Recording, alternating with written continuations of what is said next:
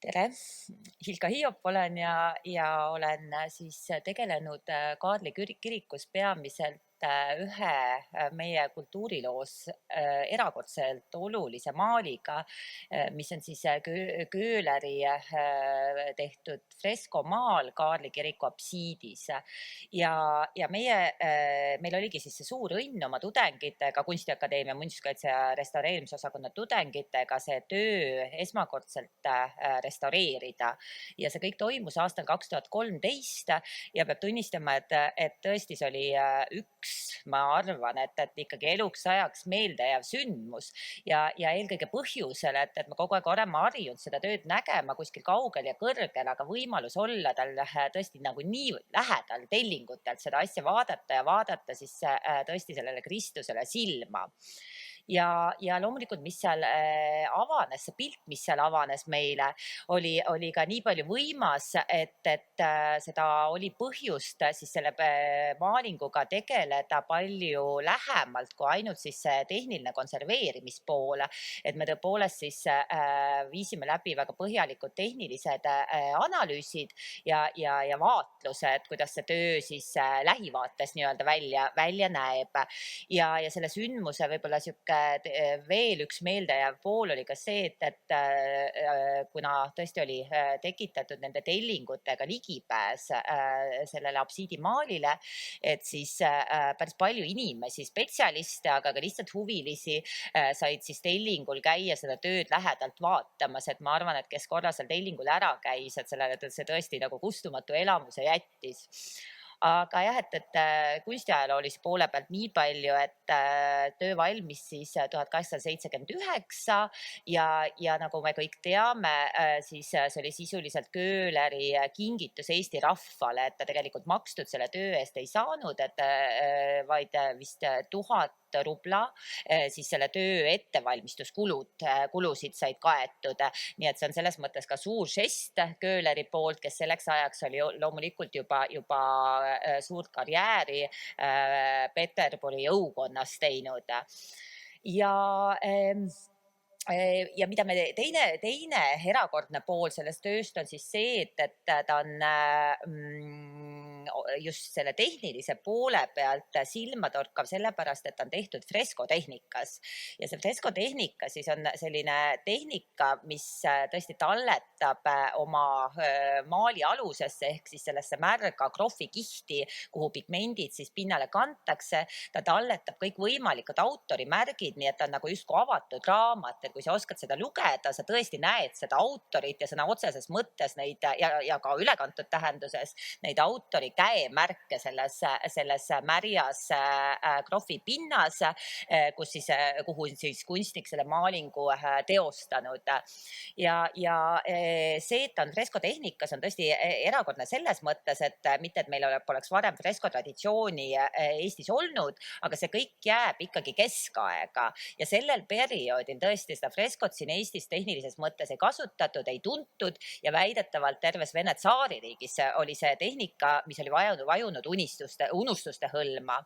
Nii et Kööler selleks, et see apsiidimaal teostada, et ta läkski kõigepealt Saksamaale, et üldse siis õppida seda freskotehnikat. Ja ilmselgelt oli see ka tema jaoks, see tehniline pool oli väga suur väljakutse ja mingi asi, millele ta ise väga palju tähendust andis, sest sellest tal on tema enda kirjadest, aga ka toonasest publitsistikast ja ajalehtedest meediast on siis väga palju sellest tööst kirjutatud, kui see valmis saab ja eelkõige rõhuasetusega kummalisel kombel just sellele tehnilisele poolele. Ja meile kui konservaatoritele loomulikult oli see nagu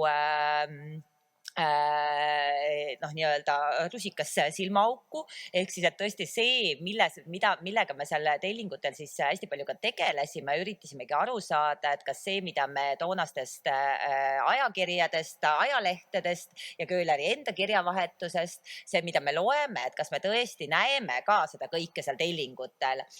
Ja tõepoolest, et täpselt nii, nagu Kööler seda kirjeldab, ma isegi loeks siinkohal ühe väikese tsitaadi, et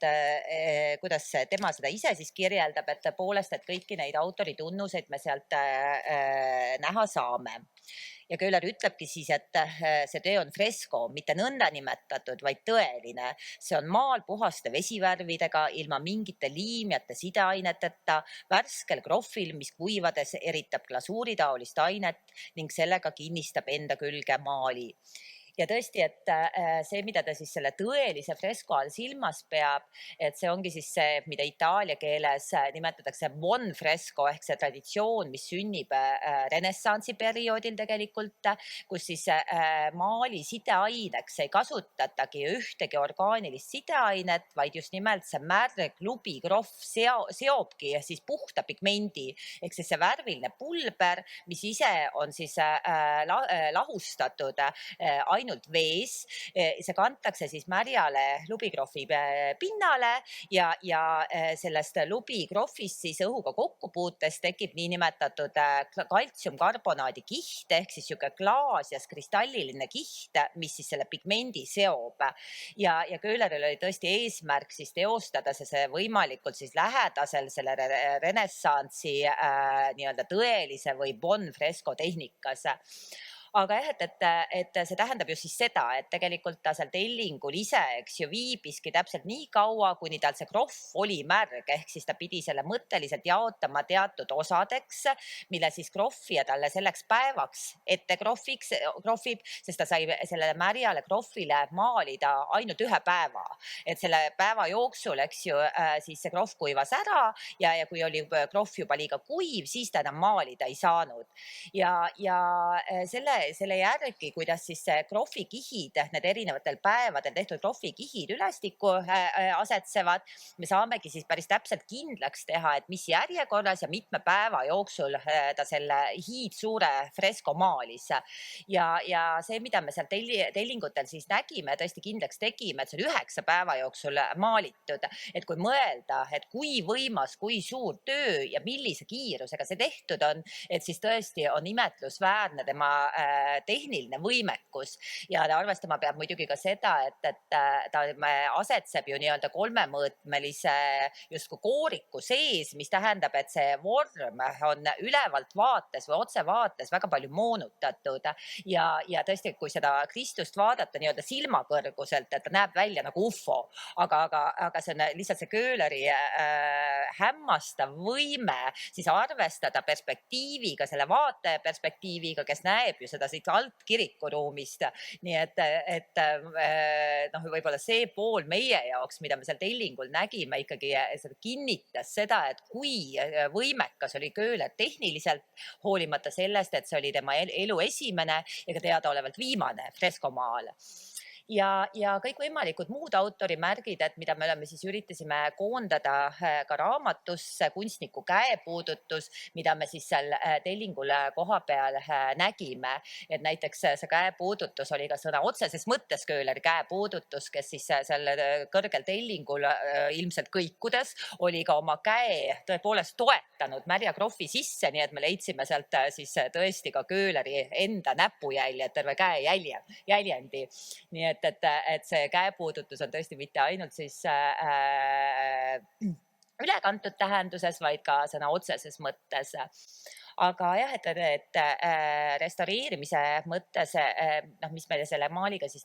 maalinguga tegema pidime, et teatavasti on ju Kaardi kirikut köetud 80ndate aastate keskpaigani söega. Nii et kõik see söe küttest tekkinud mustus oli akumuleerunud siis selle maalingu pinnale ja tõesti see puhastusefekt oli päris võimas, et justkui sihuke mustuse loor langes siis selle maalingu pealt.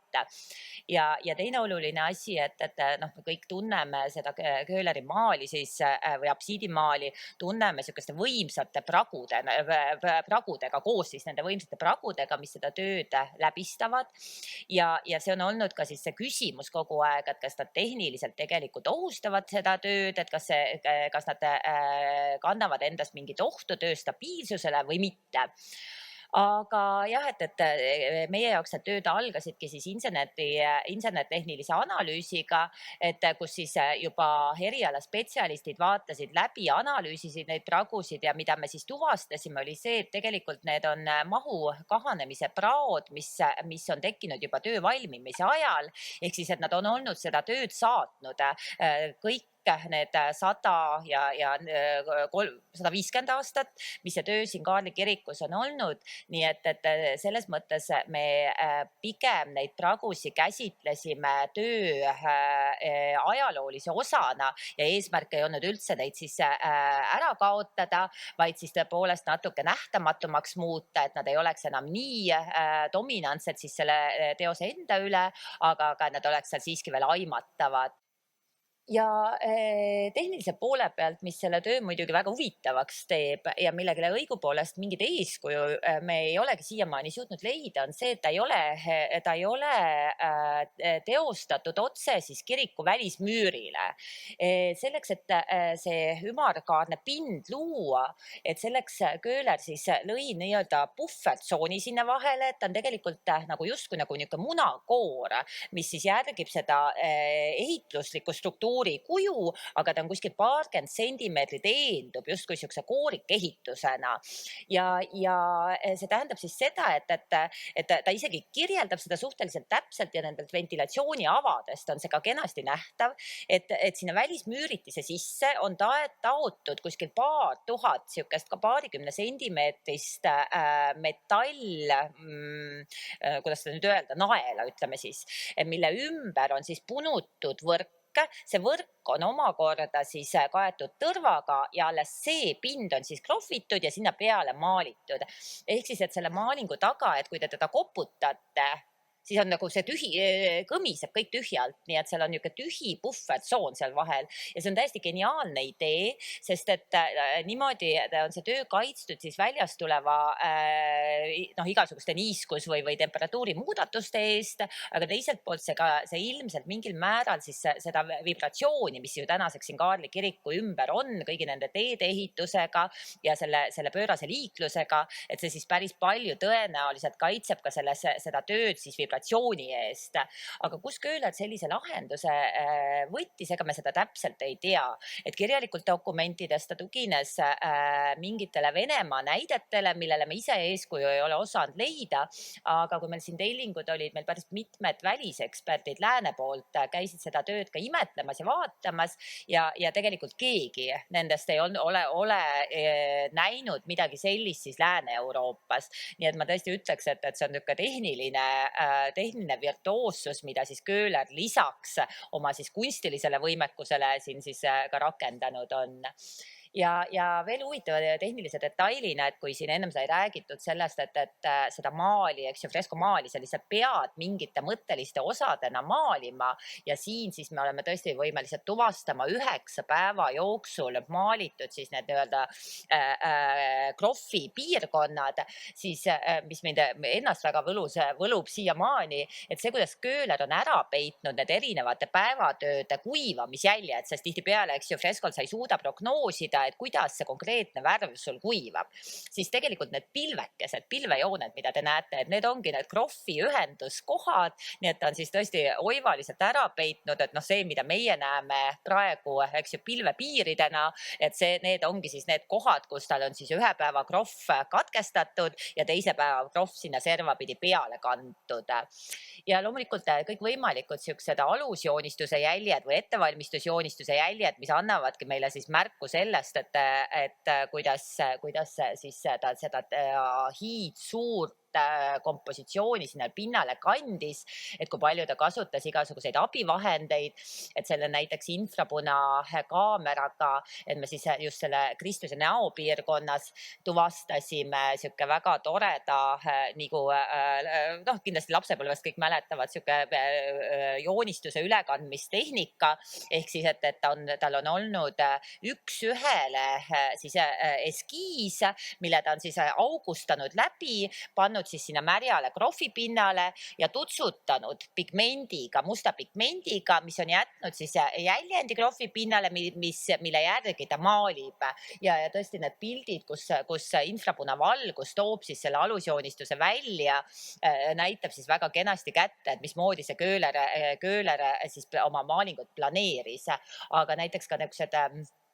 suuremad kompositsiooni osad, kus ta juba nii täpselt alusjoonistust ei kasutanud, et näiteks need mõlemad käed, et need on siis samamoodi üks-ühele ettevalmistusjoonistuse abil küll pinnale kantud, aga jällegi teistsugust ja kiiremat metoodikat kasutades, ilmselt tal ei olnud vaja siis sellist täpsusastet, et kus ta on selle sama üks-ühele eskiisi siis läbi paberi siis sinna märja krohvi sisse vajutanud ja kõiki neid jälgi me näeme, kui me kasutame niisugust teravat külgvalgust, mis on ka konservaatoritel peaaegu et igapäevane töövahend. Aga näiteks Kristuse paremat kätt, et ta mingil põhjusel siis 2-3 sentimeetri võrra siis nihutanud allapoole, et ilmselt seda kompositsiooni pinnale kandes on siis aru saanud, et tegelikult millegipärast see käsi on natuke kompositsioonilises nihkes ja see kõik on see, mida me kunagi siit alt näha ei saa. Ja selle restaureerimise probleem lisaks siis pinna mustusele ja nendele pragudele oli see, et pigment oli kohati väga lahti, ehk siis see, et kui freskot peetakse tegelikult kõige vastupidavamaks tehnikaks üldse, siis kummalisel kombel juba ammu enne, kui siis need restaureerimistööd lahti läksid, et oli niisuguste lokaalsete tellingutega tuvastatud, et see pigment millegipärast on kohati pulbristunud ja tõesti tähendab siis seda, et kui sa näpuga seda katsud, et see jääb sul näpu külge. Ja kui me siis saime sinna tellingule lähemalt seda asja vaadata, siis seesama maalimise kiirus, mida me ju tohutult ühelt poolt imetleme, ilmselt on saanud ka põhjuseks, et miks osa pigmendist ei ole siis sinna krohvi külge kinnitunud, et ta lihtsalt liiga suurte aladega maalinud. Ja tõesti me viisime kokku need alad, kus on pigmendil siis seda sideainet ei ole, siis nende päevatöödega ja see tõesti vastas nendele piirkondadele, ehk siis kui lihtsalt öeldes mõelda, et oli ära krohvitud üks piirkond, siis ta hakkas ühest otsast maalima, aga kui ta teise otsa jõudis, oli see krohv juba liiga kuiv, et pigmenti siduda. Aga positiivne uudis juba tellingult asja vaadates oli see, et seda pigmendi pulbristumist oli ikkagi märksa vähem kui prognoositud, nii et tegelikult me saime sellega siis päris hästi selle kinnitatud, nõnda et me ei olnud siis sunnitud siis seda mustust pinnale kinnitama. Aga jah, et mis on huvitav, kuigi niisugune teadaolev fakt, et see, kuidas kööler või millest ta üldse alustas, et oma niisugust hiidkompositsiooni planeerida, et siis ta tegi kõigepealt väikese maketi ja see on justkui teada, et see makett kuskil on, et ta on kuskil Eesti Kunstimuuseumi fondides, aga ega sellel ei olnud neid kahte asja kunagi väga tihedalt kokku viidud või koos vaadatud, et selle restaureerimise käigus meil oligi siis suurepärane võimalus eksponeerida selle restaureerimistööde aja jooksul, et paari kuu vältel oli võimalus eksponeerida seda minimaketikest, millest ju kogu see protsess algas siis samas Kaarli kirikus koha peal ja me naljatamisi kutsusimegi neid siis, et väike Villem ja suur Villem, et selle siis prototüübi järgi, et teatavasti on ju kööleril olnud siin modell Villem Tamm. Modell Villem Tamm, kes olevat olnud siis Kassarist pärit ja Kassaris elav väga kaunis mees, keda kööler olid siis märksa varem, 10 aastat varem, kui selle maali sünd oli portreteerinud ja kasutanud siis sedasama portreed justkui Kristuse prototüübiks, aga siis kui maal oli juba valmis, siis selgus, et ilusa kuulsast Villemist või Villem Tammest on saanud siis väga kuri kubjas, kes justkui neid samu Eesti talupoegi, kellele kogu see kirik on ju mõeldud tegelikult, või Eesti rahvast, et tegelikult siis nende suhtes väga palju selleks ajaks juba kurjust üles näidanud. Nii et sellele siis põhinebki tegelikult Jaan Krossi romaan Kolmandad mäed, et siis Köhleri ütleme, valus arusaam sellest, et see, keda ta on Kristusena kujutanud või kes tal on Kristuse kujutamise aluseks olnud, on tegelikult siis see inimene, kes on väga palju kurja teinud justkui nendele samadele, kellele see maal mõeldud on. Aga jah, et kuna tõesti, et tegemist oli niivõrd erakordse sündmusega, et noh, tõesti seda võib restaureerimist aeg-ajalt näha ka sündmusena, et siis seda kõike sai päris palju ka noh, nii-öelda avalikus ruumis sellest räägitud ja seda inimestele näidatud, noh nii siis Kaarli kiriku kogukonnale, kogudusele kui ka kunstiajaloolastele, restauraatoritele ja laiemale huvigrupile. Nii et tõesti neid tellingu ekskursioone, mida me siin tegime, oli päris palju, aga väga toredad üritused olid ka näiteks tellingu kontsert, mis siis Kaarli kiriku enda initsiatiivil toimus nende tööde lõpetamise tähistamiseks, kus siis kõik need tellingu korrused olid täis erinevaid Eesti tuntumaid muusikuid ja kõige üleval siis restauraatorite grupp töötas ja siis näitlejad lugesid ette siis selle Kaarli absiidimaali ainetel kirjutatud Jaan Krossi raamatut Kolmandad mäed. Jah, et restaureerimine on loomulikult, et sihuke väga ajaline sündmus, eks ju, piiratud ajal see toimub, aga selge, et see Köhleri maal meile siia jääb, aga ka see, mida meie siis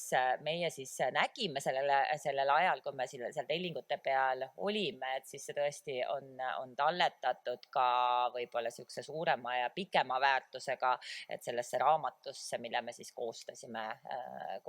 restaureerimisprotsessi käigus. Nii et kellel enam huvi, siis minna juba Köhleri maali sisse ja vaadata tõesti neid nüansse, mida meil siis õnnestus näha, et need on kõik siis, saavad seda kõike vaadata pildis ja lugeda raamatus.